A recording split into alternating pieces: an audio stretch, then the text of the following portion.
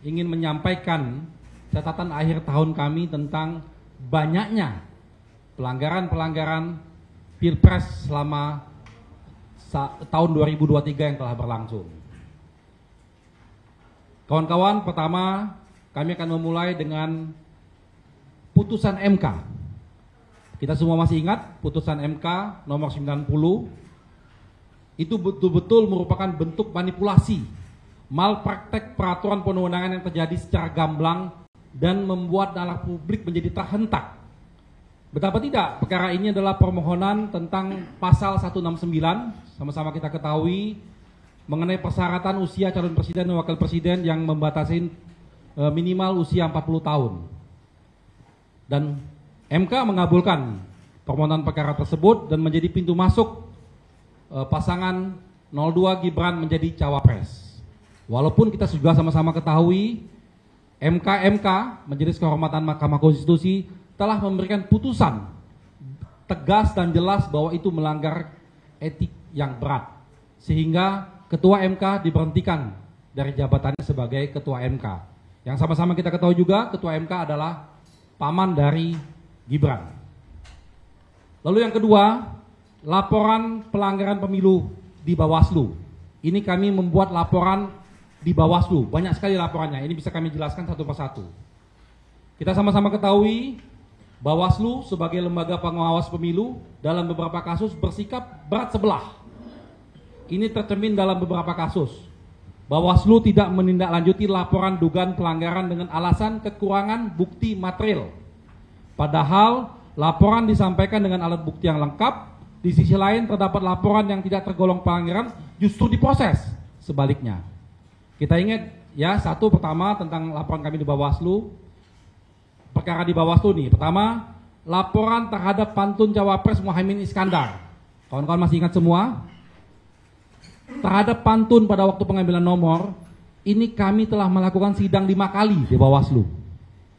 Walaupun hasilnya diputuskan tidak terbukti, tapi yang menjadi persoalan bukan pada putusannya. Pertanyaan kami, mengapa Bawaslu memproses laporan tersebut yang nyata-nyata bukanlah sebuah pelanggaran dengan mengacu pada Undang-Undang Pemilu dan PKPU 15/2023. Selain itu, laporan ini hanya disertai satu bukti video dan satu saksi yang bukan saksi fakta, tetapi justru segera diproses. Sedangkan laporan kami yang poin B tentang ke Bawaslu juga ini, pelanggaran dalam silaturahmi nasional Forum Desa Bersatu. Ya, Cawapres Gibran melakukan dugaan pelanggaran karena hadir dalam silaturahmi nasional Desa Bersatu. Forum ini dihadiri 8 organisasi perangkat desa. Kita tahu perangkat desa ini seharusnya netral, namun mayoritas pesertanya itu menggunakan logo paslon 02 di bajunya. Itu sama-sama diketahui publik. Sementara di Gibran melakukan pelanggaran administrasi pemilu dengan melakukan kampanye di luar jadwal. Bahkan di sana terjadi indikasi praktek money politik melalui pembagian uang transport dalam acara tersebut. Nah, yang menjadi persoalannya, Bawaslu RI, Bawaslu Pusat tidak menindaklanjutin laporan ini dengan alasan kurang bukti material katanya. Padahal laporan itu disertai bukti yang lengkap dan acara tersebut digelar secara terbuka. Semua media juga meliputnya. Sehingga tidak ada alasan bagi KPU untuk menyatakan kurang bukti material. Bawaslu menyatakan kurang bukti material tersebut. Berbeda sikap dengan, jadi ini ada beda sikap nih, Bawaslu RI dengan Bawaslu DKI. Bawaslu DKI malah memproses dugaan tersebut dan menyatakan bahwa aparatur desa yang hadir dalam forum tersebut dinyatakan terbukti melakukan pelanggaran dan dilakukan teguran. Tetapi Gibran tidak diberikan sanksi apapun. Ya, jadi ini antara Bawaslu sendiri terjadi perbedaan. C, laporan yang kaitan dengan Bawaslu juga ini. Dugaan pelanggaran kampanye di CFD. Gibran diduga melakukan pelanggaran dengan melakukan kampanye di Car Free Day. Gibran membagi-bagikan susu kemasan waktu itu dengan dibantu oleh tim kampanye 02. Kegiatan tersebut itu merupakan pelanggaran administrasi pemilu. Sebab CFD dilarang sebagai arena kampanye sesuai peraturan Gubernur DKI nomor 12 tahun 2016. Terhadap laporan tersebut, Bawaslu tidak menindaklanjutin. tanpa disertai alasan apapun. D. Laporan pelanggaran kampanye di pesantren, di tempat pendidikan. Ini terjadi kembali dilakukan oleh calon wakil presiden nomor urut 2 Gibran melakukan kegiatan kampanye di tempat pendidikan dengan menyampaikan visi misinya kepada para santri dan santriwati yang notabene-nya adalah anak-anak, dan juga mereka membagikan barang-barang kepada santri dan santriwati. Kegiatan tersebut dilakukan di Pondok Pesantren Luhur Al-Syaqofah di Jagakarsa pada tanggal 10 Desember 2023. Kegiatan ini jelas-jelas melanggar pasal 15 ayat 1 Undang-Undang Nomor 23 Tahun 2002 tentang Perlindungan Anak, dan juga melanggar pasal 280 ayat 1 huruf H Undang-Undang Pemilu yang mengatur larangan kampanye di tempat pendidikan dengan membawa atribut kampanye. Sejauh ini belum ada tindak lanjut Bawaslu terhadap dugaan pelanggaran ini. A, B, C, D, dan ini E-nya. Laporan dugaan pelanggaran kampanye oleh Zulkifli Hasan di Forum Asosiasi Pedagang Pasar Seluruh Indonesia pada tanggal 19 Desember 2023. Zulkifli Hasan datang dengan kapasitas sebagai Menteri Perdagangan, terang-terangan mendukung Prabowo Gibran dalam sambutannya. Sambutan Zulhas bahkan diduga menistakan agama dengan menyatakan sebagai berikut, nanti kami jelaskan. Terhadap pelanggaran ini, Bawaslu belum mengambil tindakan apapun. F. Ini kita sama-sama sudah ketahui, ada viral seorang santri meminjamkan 100 mobil ke tim Amin lalu dilaporkan ke Bawaslu. Sampai sekarang juga kita belum jelas perkembangannya bagaimana. G. Kaitan dengan Panitia Pemilihan Luar Negeri atau PPLN Taiwan yang sudah melakukan pemungutan suara sebelum jadwal resmi sesuai ketentuan perundang-undangan. PPLN berdalih kalau tidak segera menggelar pemilihan, pengiriman surat-suara tidak dapat dilakukan sebab ada perayaan Tahun Baru Cina di sana. Ketua KPU menyatakan bahwa kejadian ini bentuk ketidakcermatan PPLN Taipei dan tidak menghitung semua surat suara yang telah dicoblos. Kejadian ini adalah bentuk ketidakprofesionalan KPU. Karena itu Bawaslu harusnya memproses kejadian ini. Sebab negara juga dirugikan secara material dengan tidak sahnya semua surat suara akibat pencoblosan sebelum waktunya. Itu kaitannya yang laporan kami ke Bawaslu. Yang laporan ke Barreskrim, ini poin nomor 3. Pertama, laporan tentang dugaan penistaan agama yang dilakukan oleh Zulkifli Hasan. Pada acara tersebut tadi sudah disampaikan di awal, Zulkifli Hasan menistakan agama dengan menyatakan bahwa banyak orang dalam jemaah maghrib tidak mau mengucapkan amin setelah Al-Fatihah dibacakan sebagai kecintaannya pada Prabowo.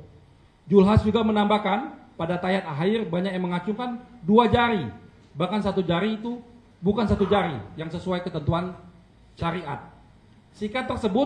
Sikapnya Zulhas tersebut diduga melanggar ketentuan pidana, yaitu Pasal 156A KUHP yang mengatur penodaan agama in case tata cara sholat sesuai rukun Islam, rukun sholat dan sunnah sholat.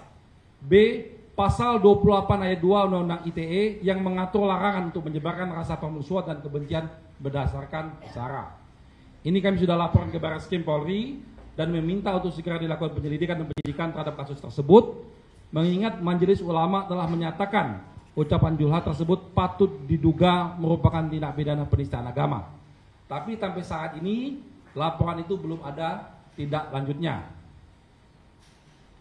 Ada juga pendampingan terhadap kasusnya Yusuf Belegor di Polres Depok. Ini sudah agak lama, mungkin kawan-kawan masih ingat. Dia adalah ketua relawannya Bro Anies yang dilaporkan ke Polres Depok setelah usai menulis opini. Nah, permasalahannya sampai saat ini dia sudah diminta klarifikasi, tapi status hukumnya belum dijelaskan apakah dia salah atau tidak. Masih diambang-ambangkan kasusnya. Itu yang kaitan dengan Barreskrim. Lalu yang keempat, laporan kami ke KPU. Nah, ini penting ya kawan-kawan. Kami beberapa kali menyampaikan pengaduan ke KPU, namun beberapa pengaduan tersebut tidak mendapatkan tanggapan secara resmi. Pertama, laporan pengaduan debat pertama. Yaitu debat pertama itu porsi tempat duduk yang tidak sesuai dengan kesepakatan. Bagaimana paslon nomor 2 lebih banyak porsi tempat duduknya. Dan itu kami sudah komplain, tapi tidak mendapatkan tanggapan. Lalu kami juga melakukan pelaporan sebelum terjadi.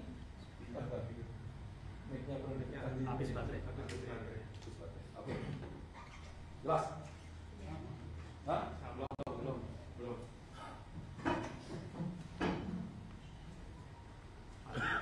Belum. Tim operatornya mungkin panitia? Bisa saya lanjutkan? Suaranya cukup keras ya? Oke. Kami melaporkan pengaduan teknis debat sebelum debat cawapres yang kedua, debat kedua. Dalam surat tersebut kami minta untuk supaya mengecek penggunaan alat-alat canggih yang digunakan seperti earpiece atau penyuara telinga yang dipandu oleh tim kampanye. Akan tetapi surat pengaduan kami ini tidak mendapat tanggapan oleh KPU. Setelah ramai viral di media, baru ini menjadi pembahasan.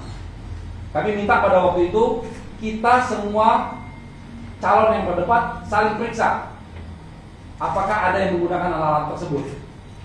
Periksa jadi tidak hanya satu calon yang diperiksa, tapi semua calon saling periksa untuk supaya sama-sama kita ketahui bahwa tidak ada penggunaan alat canggih tersebut. Ini tidak mendapat tanggapan.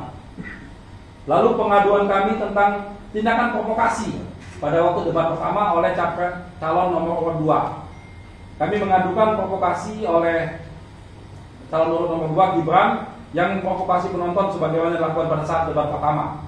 Hingga saat ini KPU tidak memiliki itikat baik untuk merespon pengaduan-pengaduan tersebut. KPU sempat menyebut di media bahwa dia akan memproses, tapi sampai saat ini belum ada kejelasannya. Itu yang kaitan kami dengan KPU. Ini yang terakhir adalah kami ingin menyampaikan tentang permasalahan kampanye capres dan cawapres di lapangan. Bagaimana banyak sekali pencabutan izin yang sudah dapat izin lalu berubah menjadi dicabut. Ini akan kami sampaikan ya. Di beberapa daerah. Pertama, pencabutan izin silaturahmi akbar Anies Baswedan dan Partai Nasdem di Taman Ratu Sultanah Aceh. Yang kedua, pencabutan izin pemakaian Stadion Patriot Candrabaga Bekasi untuk acara senam yang bakal dihadiri oleh Anies Baswedan. 3. Pencabutan izin penggunaan tempat untuk safari politik Anies Baswedan di Pekanbaru Riau. 4. Ada upaya pencabutan izin kegiatan Anies Baswedan di Ciamis, Tasikmalaya, tetapi Pemda Ciamis tidak menggubris dan acara tetap berjalan karena sempat tarik-menarik di sana. 5. Pencabutan izin penggunaan gedung Indonesia Menggugat di Bandung hanya beberapa jam sebelum acara digelar. Izinnya sudah ada, semua sudah siap, tiba-tiba ketika mau digelar berubah, ditutup gedungnya.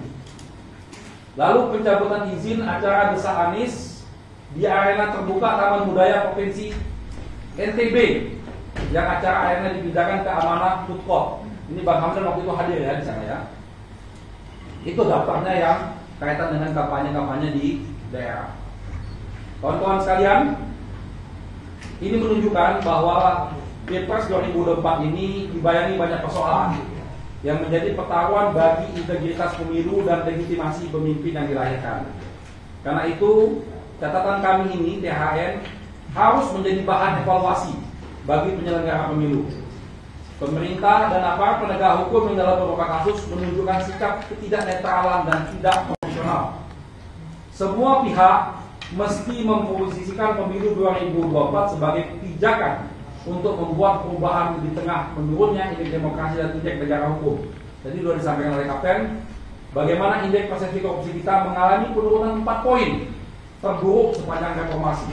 Karena itu demi integritas Pilpres ini, kami menuntut pertama, meminta kepada penyelenggara pemilu yaitu KPU, Bawaslu dan DKPP untuk melaksanakan tugas secara netral, imparsial dan profesional demi terwujudnya pemilu yang berintegritas. Kedua, meminta kepada DPR RI untuk memperkuat peran pengawasan terhadap penyelenggara pemilu agar dapat lebih bekerja secara profesional. Ketiga, menuntut kepada aparatur negara dan penegak hukum untuk menjaga netralitasnya dalam penyelenggaraan pemilu serta meningkatkan praktek-praktek politik intimidatif dan tidak etis. Keempat, mengajak seluruh masyarakat Indonesia untuk bersama-sama mengawal proses pemilu agar berjalan jujur, adil, dan berintegritas. Demikian bisa kami sampaikan. Selanjutnya akan ditambahkan oleh Ketua Dewan Pengawas.